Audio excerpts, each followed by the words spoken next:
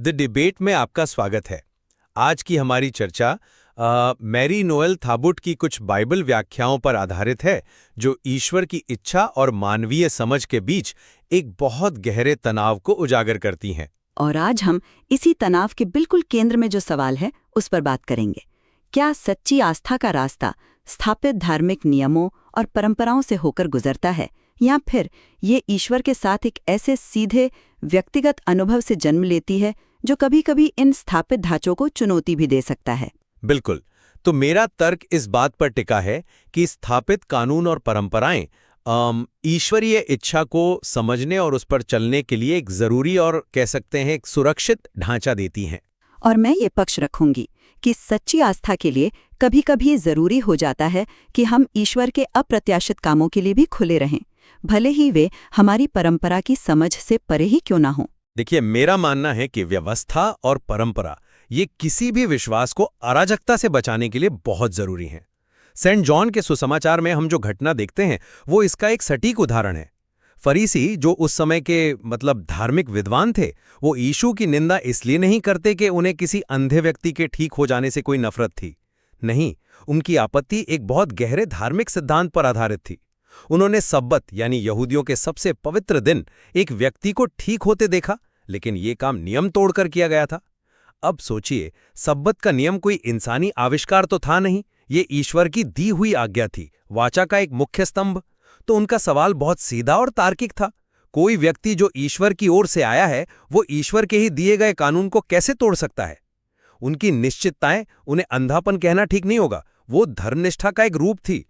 वो सदियों से चली आ रही परंपरा और धर्म ग्रंथों के आधार पर बने एक ढांचे के भीतर काम कर रहे थे, जिसका मकसद ही झूठे नबियों से विश्वास की रक्षा करना था। तो जब वे पूछते हैं, एक पापी व्यक्ति ऐसे चमत्कार कैसे कर सकता है, तो ये कोई मामूली सवाल नहीं है। ये एक गहरा धर्मशास्त्रीय संकट है जिसे वे सुलझाने की कोशिश कर रहे थे। बिल्कुल अलग दिशा में ले जाती है। इन व्याख्याओं में बार बार एक ही पैटर्न उभर कर आता है।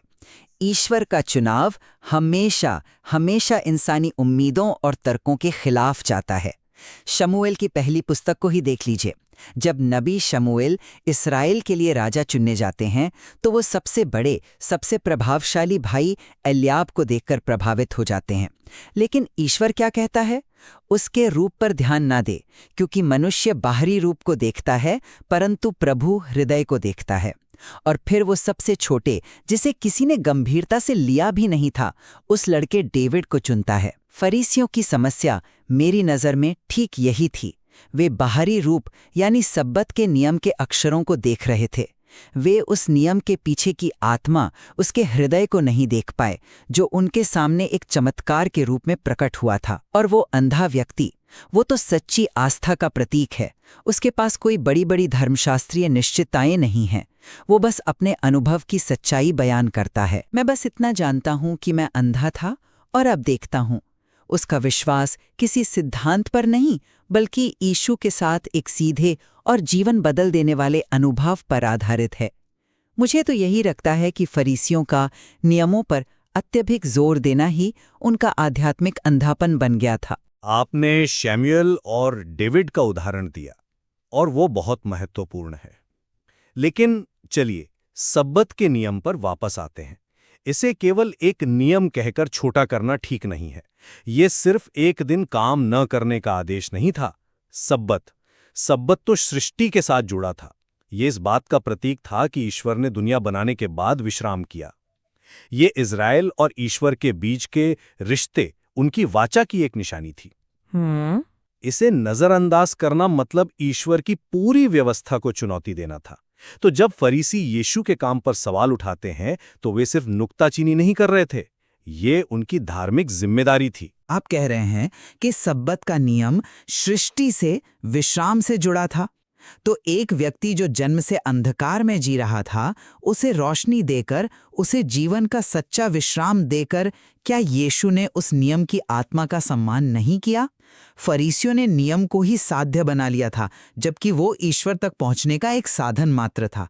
चमत्कार अपने आप में एक संकेत था, एक आवाज थी जो कह रही थी कि शायद तुम्हें नियम की अपनी समझ पर फिर से विचार करने की जरूरत है। बात ही क्या है? कल कोई भी व्यक्ति कुछ भी असाधारण करके ये दावा कर सकता है कि वो ईश्वर की ओर से है और उसे सारे नियम तोड़ने का अधिकार है। फरीसी इसी खतरे को देख रहे थे। वे पूछ रहे थे कि क्या अच्छा काम करने का तरीका ईश्वर के स्थापित कानून को तोड़कर हो सकता है? ये एक बहुत गहरा सवाल है। ये सिर्फ नियम का अंधा पालन नहीं, बल्कि विश्वास की बुनियाद को बचाने की कोशिश थी। मैं ये नहीं कह रही कि सारे नियम रद्द कर दिए जाएं, लेकिन मैं ये जरूर कह रही हूं कि नियम जब इंसान की भलाई और ईश्वर की महिमा के रास्ते में आने लगें तो हमें रुककर सोचना होगा। जैसा कि इन लेखों में कहा गया है, जो अपनी निश्चितताओं में बंद हो जाता है वो अपनी आंखें भी नहीं खोल सकता। फरीसी अपनी समझ में इतने बंद थे कि वो ईश्वर के काम को ही नहीं देख पाए जो उनकी आंखों के ठीक सामने हो रहा था। उनका नियम पर जोर देना ही उन्हें उस बड़े सत्य से अंधा कर रहा था। यहाँ एक और दिलचस्प बात है। व्याख्या में ये भी बताया गया है कि यीशु फरीसियों पर रूप के अनुसार न्याय करने का आरोप लगाते हैं।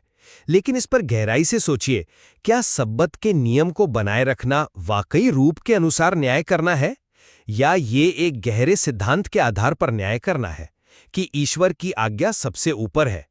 मैं तो ये भी तर्क दी सकता हूं कि सिर्फ एक चमत्कार देखकर अचंभित हो जाना ही रूप के अनुसार न्याय करना है, क्योंकि आप सिर्फ उस असाधारण घटना को देख रहे हैं, उसके गहरे धर्मशास्त्रीय नतीजों को नहीं।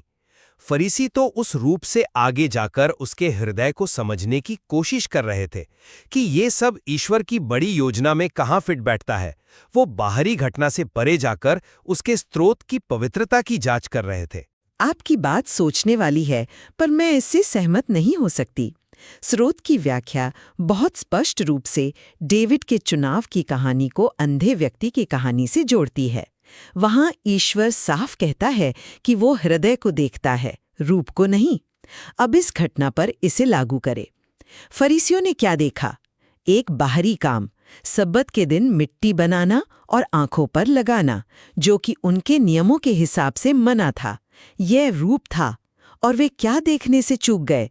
उस व्यक्ति के अंदर हो रहा परिवर्तन, उसका अंधकार से प्रकाश में आना, शारीरिक भी और आध्यात्मिक भी। यह हृदय था। यह रूप के अनुसार न्याय करने की सबसे सटीक परिभाषा है। वे ईश्वर के काम को इसलिए नहीं पहचान पाए क्योंकि वो उनके बनाए नियमों के डिब्बे में फिट नहीं हो रहा था। उस व्यक्ति का अनुभव, उसका बदला हुआ जीवन ही असली हृदय था, जिसे देखने में वो पूरी तरह नाकाम रहे। लेकिन क्या ईश्वर की योजना में कोई पैटर्न, कोई निरंतरता नहीं होती? आपके तर्क के हिसाब से तो ईश्वर हर बार कुछ ऐसा करेगा जो पूरी तरह से अप्रत्याशित हो, जिसका अतीत से कोई लेना देना न हो। फरीसियों के पास नबियों की एक पूरी परंपरा थी। उन्होंने देखा था कि ईश्वर कैसे काम करता है, जबकि ये सच है कि ईश्वर अक्सर अप्रत्याशित लोगों को चुनता है, जैसे डेविड या मूसा या यिर्मयाह। लेकिन इन सभी चुने हुए लोगों ने ईश्वर के नियमों का सम्मान किया। क्या वाकई उन्होंने हमेशा नियमों का सम्मान किया? मूसा ने खुद गुस्से में पत्थर पर लाठी मारी थी, जबकि उसे सिर्फ बोलने को कहा गया था। डेविड ने भी गंभीर पाप किए। ईश्वर का चुनाव कभी भी नियमों के परफेक्ट पालन पर आधारित नहीं रहा। आप मेरे मुद्दे से भटक रही हैं। मैं व्यक्तिगत पापों की बात नहीं कर रहा। मैं ईश्वर की व्यवस्था के प्रति उनके ग्रुंडसेट्सलिहे, मतलब उनके बुनियादी रवैये की बात कर रहा हूं। डेविड राजा बनने के बाद वाचा के प्रति वफादार रहा। मूसा ने तो खुद लोगों को ईश्वर के नियम दिए। ईश्वर की अप्रत्याशित पसंद का मतलब अराजकता नहीं होता। फरीसियों के लिए यीशु का व्यवहार उस पैटर्न के साथ मेल नहीं खा रहा था जो उन्होंने पहले के नबियों में देखा था। इसलिए उनकी सतर्कता को विश्वास की कमी कहना ठीक नहीं है। ये विवेक का इस्तेमाल करने की एक कोशिश थी। वे ये पक्का करना चाहते थे कि ये ईश्वर का सच्चा काम है, न कि किसी धोखेबाज का जो लोगों को गुमराह करने के लिए कानूनों की अवहेलना कर रहा है। आपने विवेक शब्द का इस्तेमाल किया और मुझे लगता है कि यही इस बहस का केंद्र है। मैं मानती हूं कि विवेक जरूरी है, पर क्या विवेक और डर के बीच एक बहुत पतली रेखा नहीं होती? कहीं वे विवेक के नाम पर उस चीज से डर तो नहीं रहे थे जो उनकी समझ, उनके नियंत्रण से बाहर थी? और आपका ये तर्क व्याख्या के एक और बहुत जरूरी बिंदु को नजरअंदाज कर देता है। व्याख्या इस बात पर जोर देती है कि ईश्वर के चुने हुए लोग अक्सर कमजोर और अपूर्ण होते हैं। मूसा जो कहता था कि मैं ठीक से बोल नहीं पाता, यिर्मयाह जो कहता था कि मैं तो बस एक लड़का हूं। ये पैटर्न हमें क्या सिखाता है? ये सिखाता है कि ईश्वर का चुनाव इंसानी योग्यता या नियमों के सटीक पालन के बारे में है ही नहीं, ये उपलब्धता के बारे में है।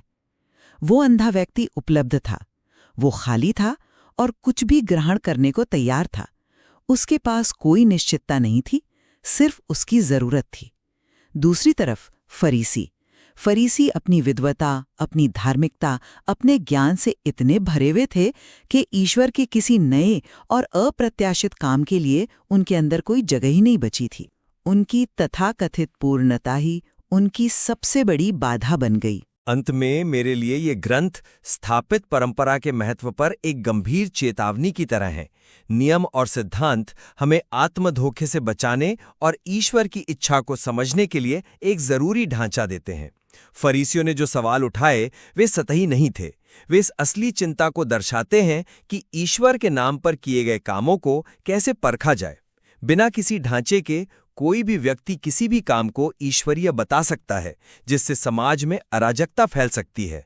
परंपरा विश्वास की रक्षा करती है, उसे पीढ़ी दर पीढ़ी सुरक्षित रखती है। और मेरे लिए अंततः ये पाठ एक शक्तिशाली चेतावनी है कि कैसे हमारी अपनी धार्मिक निश्चितताएं ही आध्यात्मिक अंधापन बन सकती हैं। वे हमें ईश्वर के अप्रत्याशित मुक्ति देने वाले कामों के लिए हमेशा खुले रहने का न्योता देते हैं। सच्ची आस्था एक तयशुदा मंजिल नहीं, बल्कि एक यात्रा है, ठीक उस अंधे व्यक्ति की तरह जिसकी यात्रा मानवीय तर्क वितर्क और नियमों से परे एक व्यक्तिगत मुलाकात से शुरू हुई और उसे अंधकार से प्रकाश की ओर ले गई। ये तनाव, स्थापित व्यवस्था और व्यक्तिगत रहस्योद्घाटन के बीच का ये खिंचाव शायद विश्वास के अनुभव का एक कभी न खत्म होने वाला हिस्सा है। एक तरफ सुरक्षा और व्यवस्था की जरूरत है, तो दूसरी तरफ नए और जीवंत अनुभव की प्यास। बिल्कुल। और ये सामग्री हम सभी को ये सोचने पर मजबूर करती है कि हमारी अपनी जिंदगी में हमारी अपनी निश्चितताएं हमें ईश्वर के उस नए प्रकाश को देखने से कहाँ रोक रही हैं, जिसे वो शायद आज अभी हमारे सामने प्रकट करना चाहता है।